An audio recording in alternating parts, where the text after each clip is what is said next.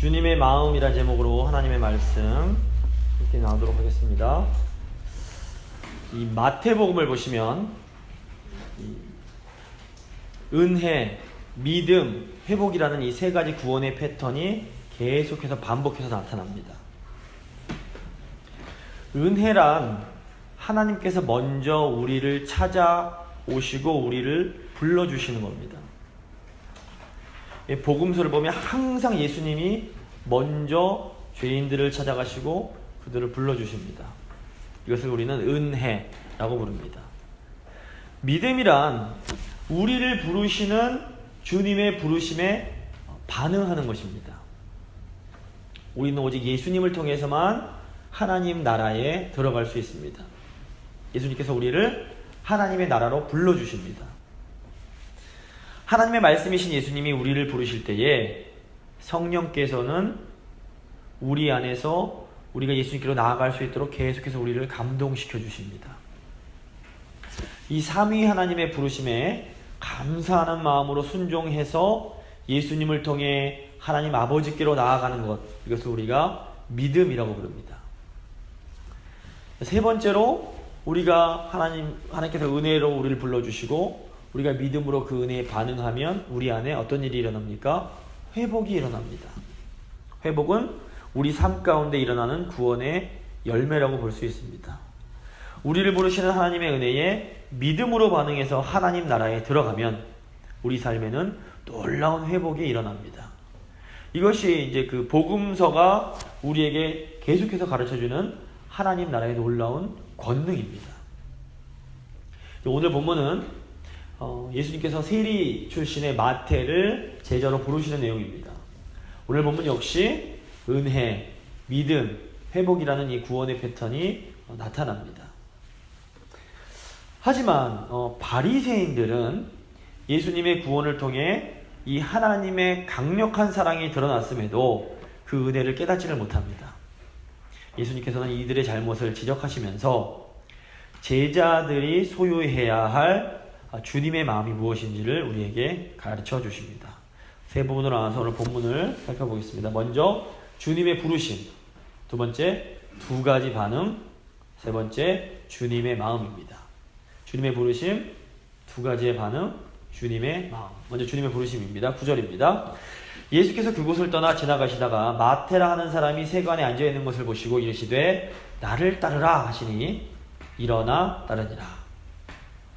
여기서 그곳을 떠나라고 했는데 여기서 그곳은 예수님이 중풍병자에게 기적을 일으키셨던 그곳을 말합니다.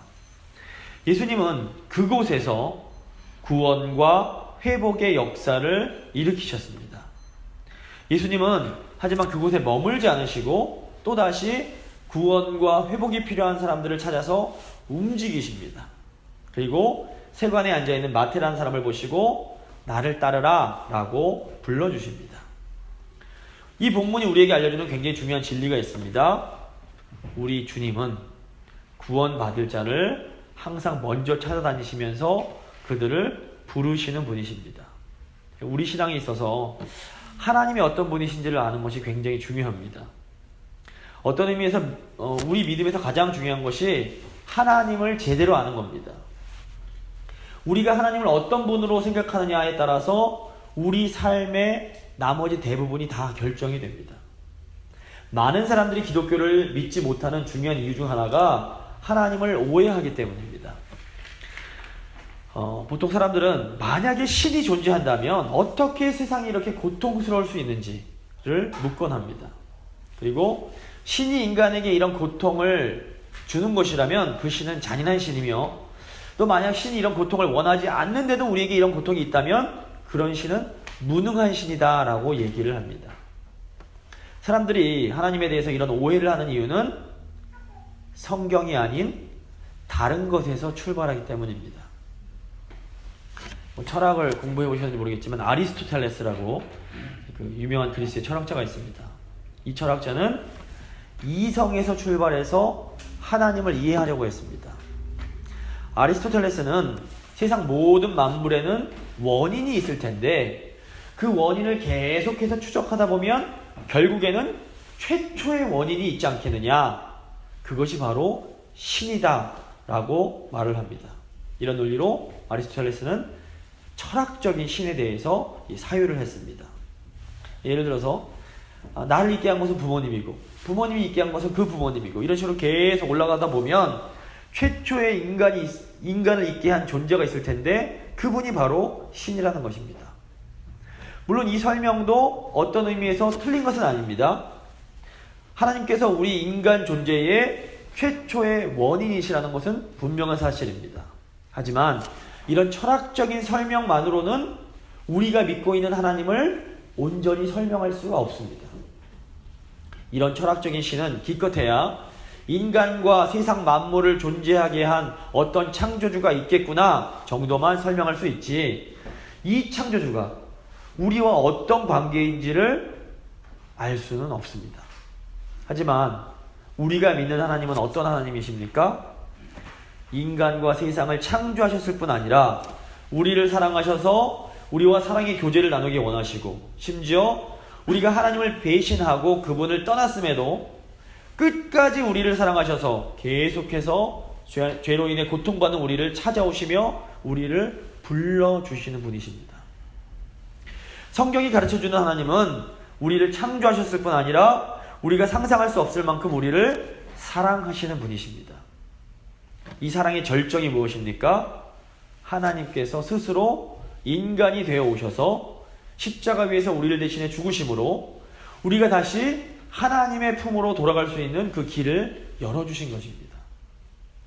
그래서 십자가의 사랑을 모르는 사람은 하나님을 제대로 알 수가 없습니다.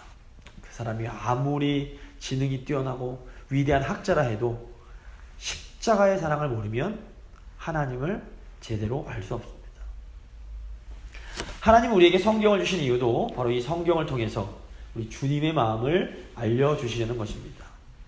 수요예배 시간에 저희가 이제 모세오경을 쭉 공부해 나가고 있는데, 창세기, 출애굽기, 레위기가 계속해서 분명하게 알려주는 것이 있습니다.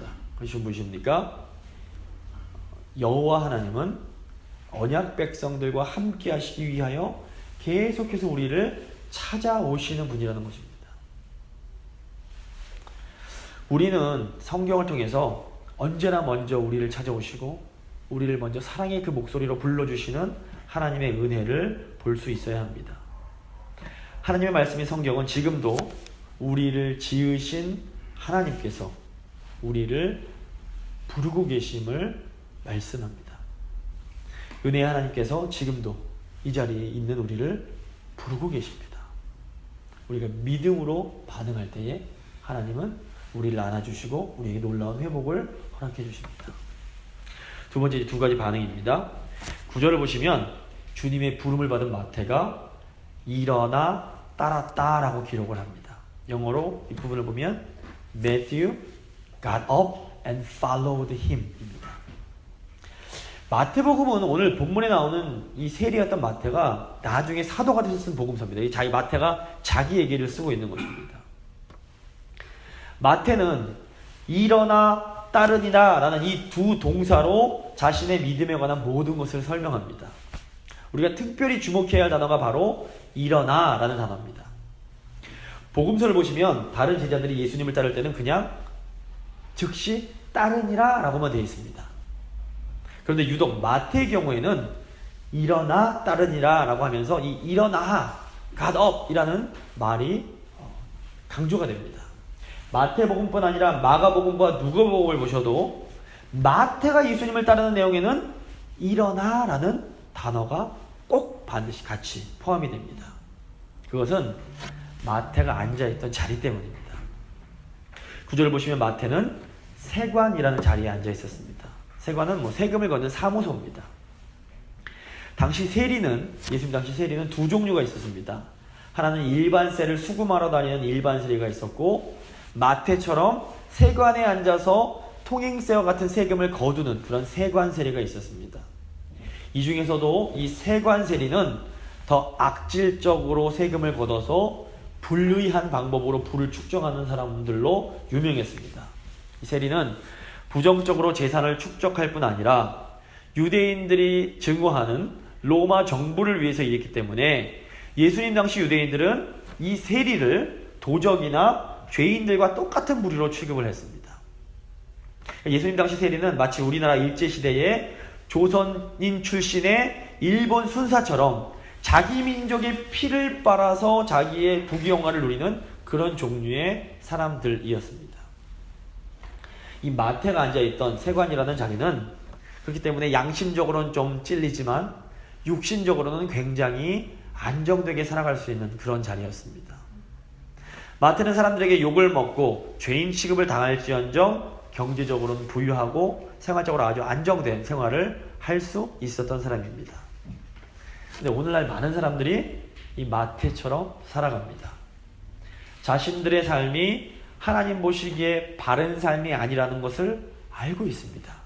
하지만 그래도 안정을 위해 그냥 눈을 질끈 감고 딱 버티고 그 자리에 앉아 있습니다. 이런 분들이 간과하는 것이 무엇입니까? 이 세상의 자리가 물질적인, 경제적인 안정은 줄 수 있을지 몰라도 우리 마음의 평안은 줄 수 없다는 것입니다. 아무리 눈에 보이는 환경이 안정적이라도 우리 마음에, 우리 존재의 평안이 없다면 우리는 절대로 행복한 삶을 살 수가 없습니다. 주님께서 나를 따르라 라면서 마태를 부르실 때 마태는 이 안정적인 세상의 자리를 박차고 일어나서 주님을 따릅니다. 이 일어나다 라는 단어에는 마태가 붙들고 있던 현실적 안정에 대한 포기가 포함되어 있습니다. 그래서 누가복음 5장 28절에서는 이 구절을 이 마태가 모든 것을 버리고 일어나 따르니라 라고 추가적으로 설명을 합니다. 마태는 예수님을 따르기 위해 그동안 자신이 세상적으로 누리던 모든 것을 버리기로 선택을 했던 것입니다. 저희 제공교회 선조들이 이 마태의 삶을 살았습니다. 주님을 따르기 위해 때로 모든 것을 버리고 그 자리를 박차고 일어났습니다. 흥미로운 것은 여기 일어나다라는 단어가 부활을 말할 때 사용하는 단어와 똑같은 단어라는 것입니다. 이게 무슨 의미입니까? 마태가 세관의 자리를 박차고 일어날 수 있었던 것은 죽은 자를 다시 살리시는 것과 같은 성령의 역사 때문에 가능했던 것입니다. 마태가 주님의 부르심에 믿음으로 반응하여 일어날 때 마태는 죽음의 자리로부터 생명의 자리로 이동하게 됩니다. 이것이 우리 믿음에 담긴 놀라운 신비입니다. 세상적 차원에서 보면 예수님을 따르는 것이 모든 좋은 것을 포기하는 것처럼 보일 수 있습니다. 하지만 실제로는 예수님을 따르는 것은 우리가 죽음의 자리에서 벗어나 생명의 자리로 들어가는 것입니다. 마태가 자신이 앉아있던 이 세관이라는 현실의 자리를 박차고 일어나서 예수님을 따를 때 어떤 일이 일어납니까? 10절 말씀입니다. 예수께서 마태의 집에서 앉아 음식을 잡수실 때에 많은 세리와 죄인들이 와서 예수와 그의 제자들과 함께 앉았더니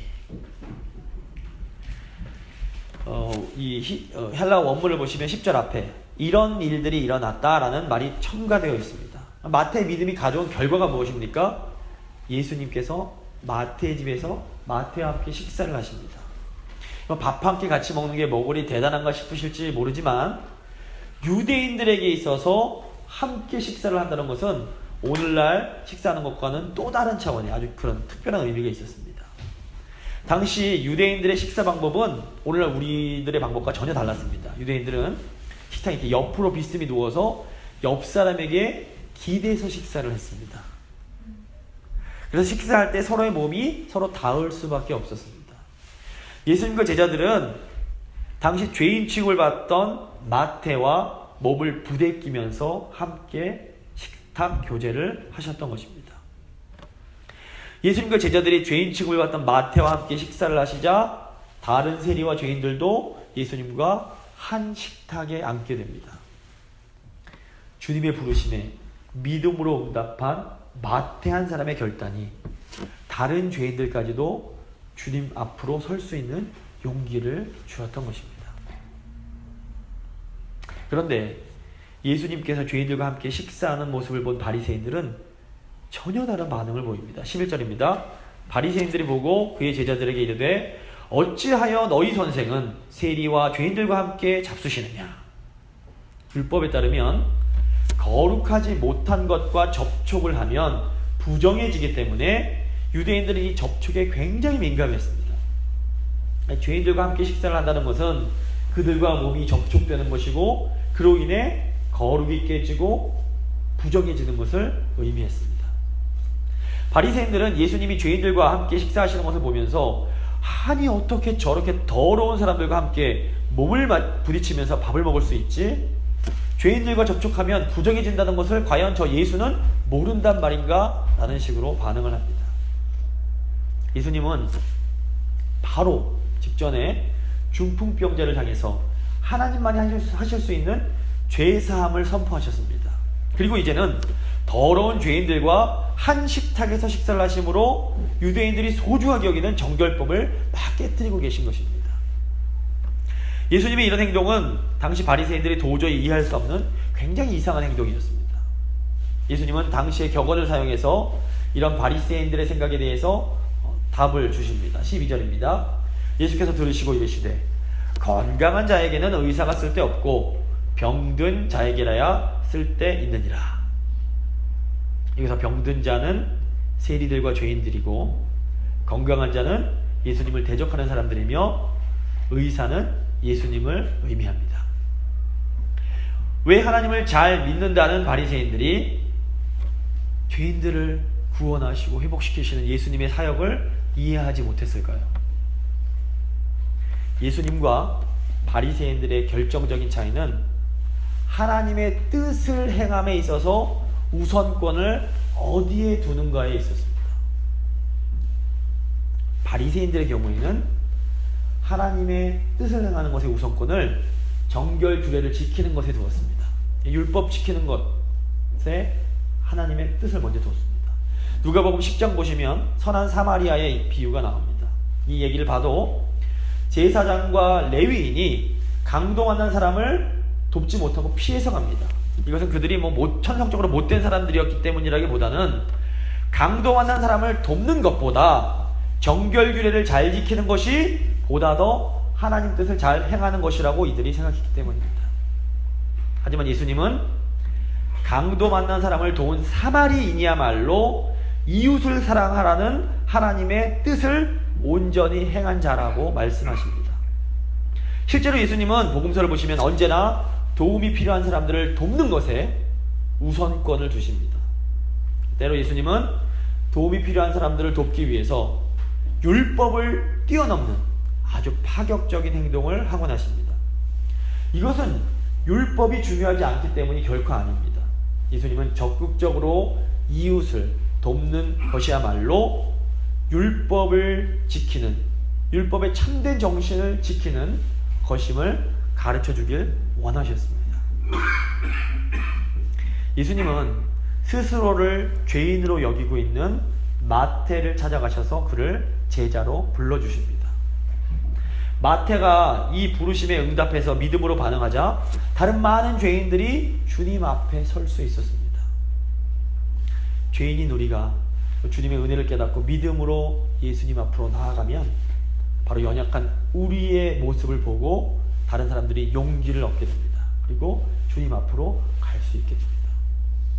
그리고 예수님 앞으로 나아가기만 하면 그 사람의 삶에는 놀라운 회복의 역사가 일어날 수 있습니다. 하지만 바리새인들은 죄인을 부르시는 주님을 보면서 율법을 생각합니다. 이들은 죄인들을 회복시키시는 하나님의 사랑과 은혜를 실천하는 것보다 자신들이 율법을 지키는 것을 더 중요하게 생각합니다. 내가 깨끗해야지. 예수님은 바리새인들이 정말로 건강해서 건강한 자들에게는 의원이 필요 없다라는 말씀을 하신 것이 아닙니다.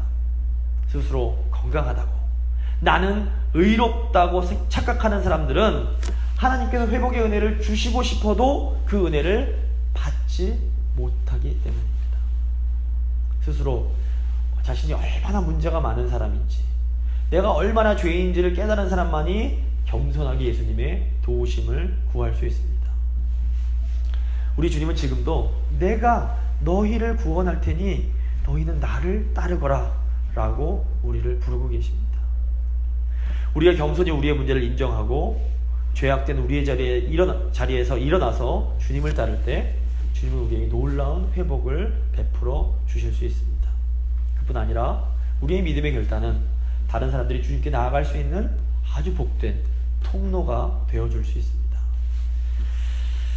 세 번째, 주님의 마음입니다.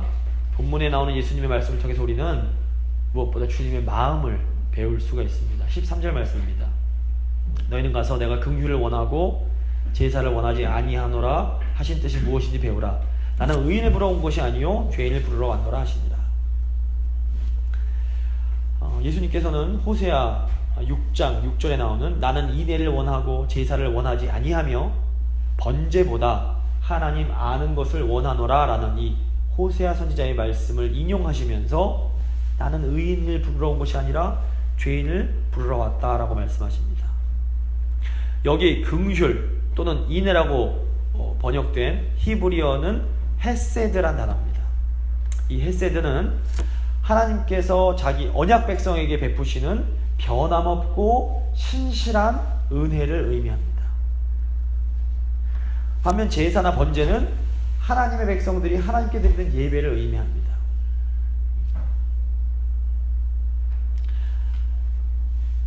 제사가 하나님을 향한 인간의 사랑을 뜻한다면 이 헤세드는 인간을 향한 하나님의 사랑을 의미한다고 볼 수 있습니다. 하나님이 정말로 하나님의 백성들이 하나님께 제사 드리고 예배하는 것을 원치 않으셨을까요? 결국 그렇지 않습니다. 제사 드리도록 제사법을 주신 분이 하나님이시기 때문입니다. 하나님은 자기 백성들이 하나님을 제사하는 것, 하나님을 예배하는 것을 너무나 기뻐하는 분이십니다. 그렇다면 왜 하나님은 호세아 선지자를 통해서 내가 제사가 아니라 헤세드를 원한다 라는 말씀을 하신 것일까요? 당시 호세아 선지자가 살던 시대의 이 북이스라엘 백성들은 하나님을 향한 제사를 아주 극성스럽게 열심히 드렸음에도 주위에 있는 어려운 이웃들에게는 너무도 무관심했습니다. 하나님은 언약 백성들의 하나님을 향한 사랑이 이웃을 향한 사랑으로 확장되기를 원하십니다. 온전한 예배는 하나님을 향한 사랑에서 시작이 됩니다. 예배에서 시작이 됩니다. 하지만 반드시 이웃 사랑으로 완성이 됩니다. 레위기에 나오는 제사법만 봐도 하나님께 드리는 제사지만 그 안에 이웃을 향한 사랑과 배려가 포함이 되어 있습니다. 수직과 수평 이 두 가지가 반드시 함께 가야 합니다. 교회에 열심히 다니면서 하나님을 섬긴다는 사람들이 주위에 도움이 필요한 사람들에게 전혀 관심이 없다면 그것은 뭔가 크게 잘못된 것입니다.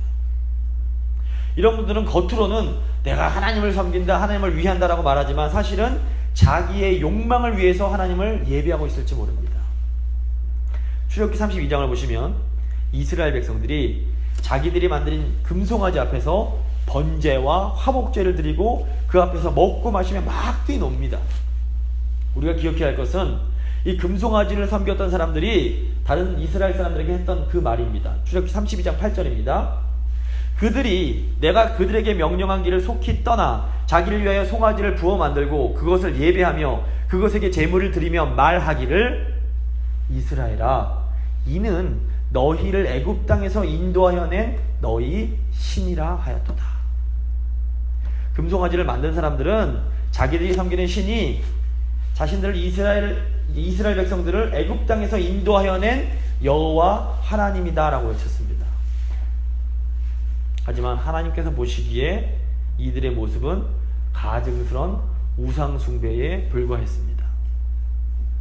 오늘날에도 어떤 사람들은 예배 빼먹지 않고 11조 착실하게 드리고 교회 봉사 열심히 하는 것으로 자신들이 하나님을 잘 섬기고 있다라고 생각을 합니다. 하지만 하나님이 보시기에 사실은 수많은 사람들이 실제로는 자신들의 금송아지를 만들어서 그것들을 섬기며 그 앞에서 뛰고 먹고 마시고 있을지 모릅니다. 우리가 우상이 아니라 진정한 하나님을 온전히 예배하고 있음을 우리가 어떻게 알 수 있습니까? 하나님을 온전히 예배하는 사람들은 하나님의 긍휼, 헤세드의 마음을 소유하게 됩니다. 사람은 자신이 예배하는 대상을 똑같이 닮아갑니다. 하나님을 온전히 예배하는 사람은 죄인을 긍휼히 여기시는 하나님의 마음을 닮아갈 수밖에 없습니다. 하지만 우상을 섬기는 사람들은 우상처럼 탐욕스럽고 이기적인 존재로 변해가게 됩니다. 하나님을 섬긴다고 하면서 그 삶이 점점 더 탐욕스러워지고 점점 더 이기적이 되고 나밖에 모른다면 그 사람은 실제로는 우상을 섬기고 있는 것입니다. 예배는 열심히 드리는데 남들이 어떻게 되든 말든 나만 구원받아 천국 가고 남들이 어떻게 되든 말든 우리만 잘 먹고 잘 살면 된다는 생각을 한다면 그 사람의 예배는 하나님께서 받으실 만한 예배가 될 수 없습니다. 정말로 영과 진리로 예배하는 사람은 죄인들을 구원하시기 위해 이 땅에 오신 주님의 마음을 닮을 수밖에 없습니다. 조선에 기독교가 처음 전해지던 시기 미국 선교사님께서 하나님은 당신을 사랑하십니다 라고 잘 되지도 않은 한국말로 떠듬떠듬 통역사를 데리고 복음을 전하셨다고 합니다. 이때 한 여자분이 아주 쑥스럽게 조용히 다가와서는 하나님이 저도 사랑하실까요? 저는 몸을 파는 더러운 여자라 하나님의 사랑을 받을 자격이 없습니다 라고 물었다고 합니다. 이때 선교사님이 그 여인에게 뭐라고 했을까요? 그렇지 않습니다. 당신은 사랑받을 자격이 충분합니다. 하나님은 당신을 위해 독생자를 주실 만큼 당신을 사랑하십니다 라고 말해주었다고 합니다. 근데 만약에 오늘 본문에 나오는 바리새인들이 그 여인을 보고 뭐라고 말했을까요? 이 선교사님처럼 하나님께서 당신을 사랑하십니다 라고 말할 수 있었을까요? 오늘 본문에 나오는 바리새인들의 문제가 무엇입니까? 바리새인들은 자기들 스스로는 하나님을 잘 믿는다고 생각했지만 실제로는 죄인을 사랑하시는 하나님의 마음을 알지 못했습니다. 하나님은 우리가 무엇보다 먼저 죄인을 회복시키기 원하시는 주님의 마음을 배우기를 원하십니다. 우리 주위를 보면 우리 주님의 구원과 회복이 필요한 사람들이 너무도 많이 있습니다. 이 구원과 회복은 언제나 하나님의 은혜에서 시작이 됩니다. 회복이 필요한 사람들에게 어떻게 우리 주위에 회복이 필요한 사람들이 어떻게 하나님의 은혜를 경험할 수 있습니까? 바로 우리가 그런 분들에게 하나님의 은혜를 보여주는 통로가 되어 주어야 합니다. 하나님이 이 자리에 있는 우리를 먼저 부르신 이유가 바로 이 때문입니다. 우리만 행복하게 잘 살라고 우리를 먼저 불러주시고 하나님 백성 삼으시고 하나님 자녀 삼으신 것이 결코 아닙니다. 그럼 우리가 어떻게 해야 이 하나님의 은혜의 통로로 살 수 있을까요? 죄인을 긍휼히 여기시는 주님의 마음을 소유해야 합니다.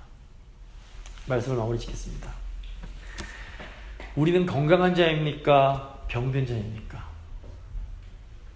내가 건강하지 이 정도면 하나님 잘 섬기지 생각하는 사람은 주님의 마음을 소유하기 힘듭니다.